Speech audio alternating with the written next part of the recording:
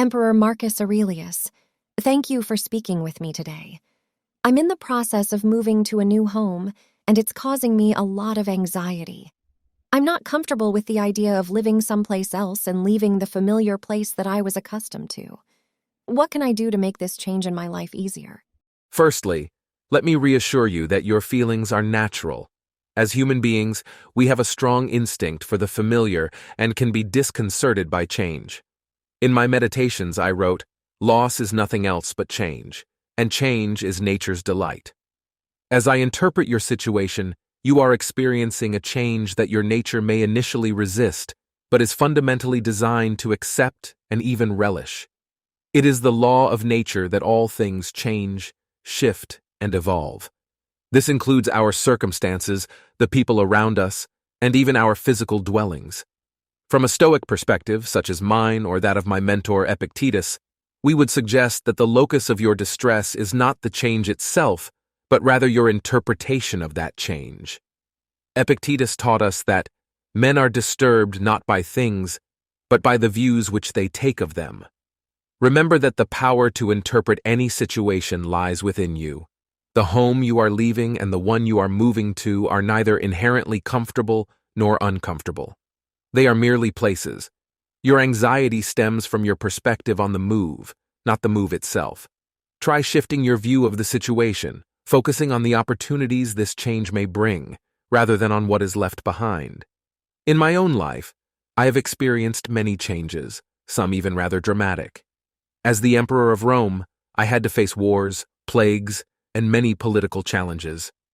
Each change, each hardship, was an opportunity to apply my Stoic principles, to look inward for tranquility rather than relying on external circumstances. Reflect on this as you face your own change. It is not the move that can upset you, but rather your views about it.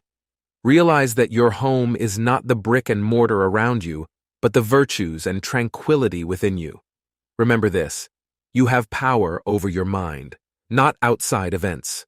Realize this, and you will find strength.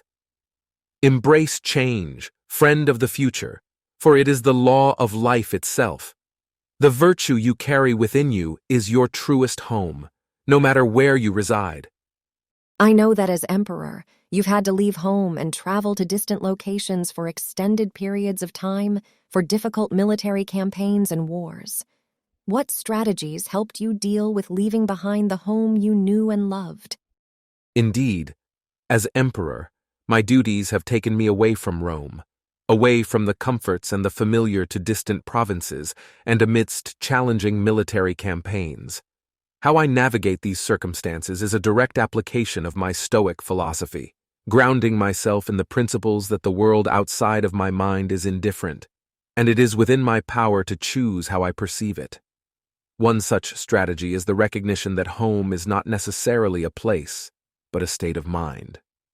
A Stoic, such as myself, understands that the place where we can find tranquility, wisdom, and virtue is within us. As I once wrote, "Nowhere can man find a quieter or more untroubled retreat than in his own soul." In this, my home travels with me, and I am always at home, no matter where I am physically. Another strategy is to practice what Stoics call amor fati, or love of fate. This is the idea that all that happens is as it should be, and we should embrace it, not fight against it. To resist what is to resist the natural order of the world. My responsibilities and duties as emperor require me to travel, to engage in war, to be away from the comforts of the familiar.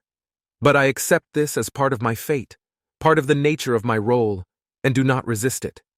Accept the things to which fate binds you, I wrote, and embrace the people, circumstances, and experiences that come along with them.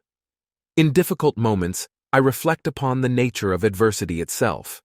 It is often through adversity that we are refined and strengthened. The impediment to action advances action. What stands in the way becomes the way. So when I find myself in the challenging territories of Germania, instead of longing for the familiarity of Rome, I remind myself that these circumstances provide me the opportunity to practice virtue, to exhibit patience, courage, and wisdom. And remember, friend of the future, all places, all moments are fleeting. One day, even Rome, in all its glory, will cease to be. As will I, as will you. So instead of attaching ourselves to places, we should focus on the impermanence of all things and find our comfort in that which is eternal, the virtues that we can always carry within us.